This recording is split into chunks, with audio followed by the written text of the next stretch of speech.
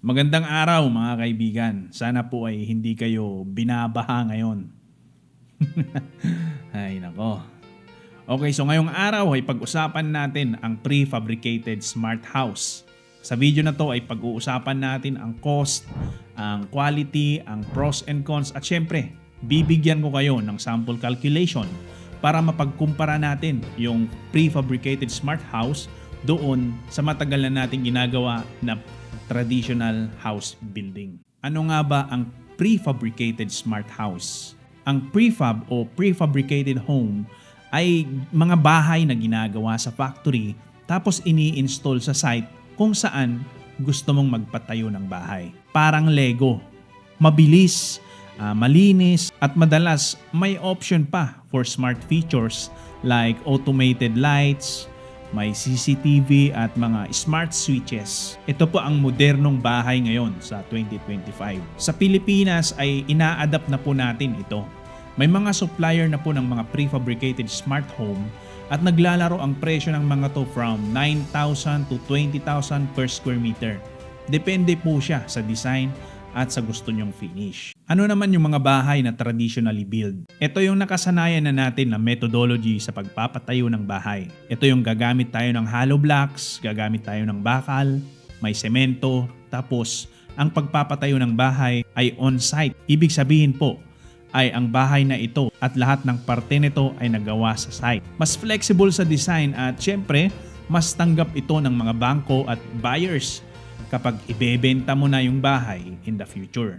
Mas mahal po ang mga traditionally built na bahay kesa dun sa prefabricated smart house. May ginawa na po tayong video regarding sa rough estimate ng bahay ngayong 2025 at naglagay po ako doon ng price depende sa level of finish na gusto nyong gawin sa bahay ninyo. I will just put the link in the description below para makabisita ninyo ang video na yon. Pero sa video na to, gagamit muna tayo ng 20 to 35,000 per square meter para sa basic to mid finish. Ngayon para mas malinaw ay gumamit tayo ng example. Ang isa pong 60 square meter na prefabricated smart house, naglalaro po ang presyo niyan from 400,000 hanggang 1 million pesos. Depende sa pipiliin yung design from the supplier. At ang traditional built naman, umaabot yan ng 660,000 to 2.1 million pesos. Depende po yan sa design ng bahay na gusto ninyo. Another example ay kung 120 square meter ang prefabricated smart house, ang presyo po niyan ay naglalaro from 1 million to 2.1 million.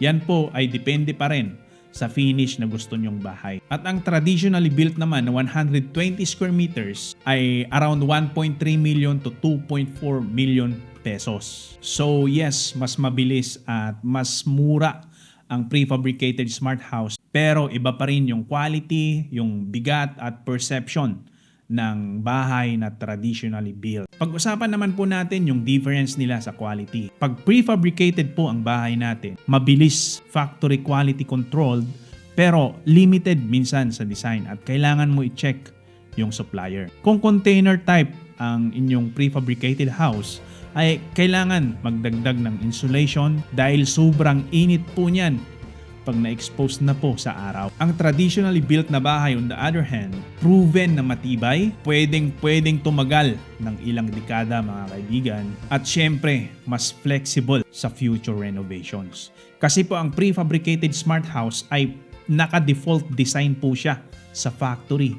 Kaya kung may gusto po kayong ipamodify sa inyong smart house, kailangan po ay i-contact nyo muna yung supplier at magpapadala sila ng technician para mas busisi kung ano yung mga gusto nyong modification sa inyong bahay. Ano naman ang mga pros and cons ng prefabricated smart house? Unang-una po dyan ay syempre, mabilis po siyang itayo. Pangalawa ay predictable yung price package niya. Kung meron mang pagbabago sa presyo ay maliit lang dahil para siyang isang produkto na binili mo tapos depende na lang yung presyo kung tataas o bababa depende sa site installation. Isa pa dito yung electrical and plumbing system niya, nakasisigurado po kayo na ito ay nagawa ng tama dahil nga ito po ay galing sa factory at may quality check ang factory with regards to smart houses. Kaya lang po ang mga ganitong klase ng bahay ay limited sila for customization. Hindi po ganun kadali ang mag-customize ng design ng isang prefabricated smart house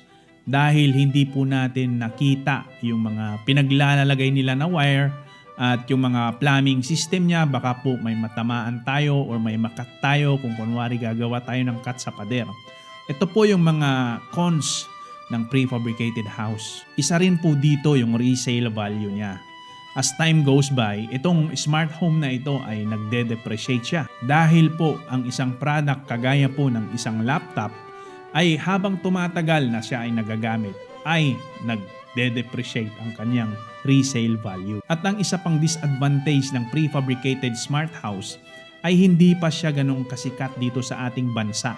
Kaya kung kunwari may nasira na isang pyesa or isang part ng isang smart house, kailangan mo pang i-contact yung mismong supplier para maka-avail ka ng pyesa na nasira para mapalitan mo siya at swerte ka na lang kung on the spot ay may stock sila at kadalasan yan, kung wala silang stock ay aabot siya ng 1 buwan, 2 buwan bago dumating at maayos mo ang nasirang pyesa. On the other hand, sa mga traditionally built na bahay ay nakakasigurado ka for long-term durability dahil ito ay gawa sa semento, may foundation na matibay.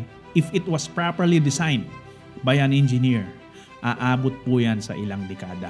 Pwede rin po natin na almost unlimited ang customization na pwede nyong gawin dito sa mga traditionally built na bahay. At ang resale value niya ay mataas kumpara doon sa smart house. Kaya lang may mga disadvantages pa rin ang traditionally built na mga bahay at isa na dito yung mas matagal siya na matapos. And of course, dahil nga itatayo ito sa mismong site at kailangan mo ng workers, ay mas mahal ang traditionally built sa labor cost. And one of the most cases na nangyayari palagi sa pagpapatayo ng ganitong klaseng bahay ay unpredictable yung presyo natin. Minsan ay lumalampas ka na ng malaki doon sa budget ng iyong bahay at minsan ay nadodoble pa. Lalo na kung papetiks-petiks lang yung mga nakuha mo na trabahador. Personally po, ang nakikita ko pang isang problema ng prefabricated smart house ay dahil nga ito po ay bago sa industriya ng construction, ay medyo matatagalan po ang ating mga lokal na pamahalaan para makapag-release ng building permit para sa ganitong klaseng bahay. At kung talagang gusto nyo pong magkaroon ng prefabricated smart home ay kausapin po ninyo ang Office of Building Officials ninyo at mag-inquire kayo kung ano yung mga requirements nila para sa ganitong klaseng bahay. At syempre, i-check nyo muna yung supplier kung kaya niyang ibigay or i-provide ang mga documents na kinakailangan for the building permit. So ayun guys, depende lang po talaga sa inyo kung anong gusto nyong bahay. Meron po tayong prefabricated smart home na mabilis i-install, mas mura at maraming smart features, at meron din po tayong traditionally built na bahay, matibay, mas subok na at mas mataas ang resale value. Bahala na po kayo mag-decide. Yun lamang po, maraming salamat. See you in the next video.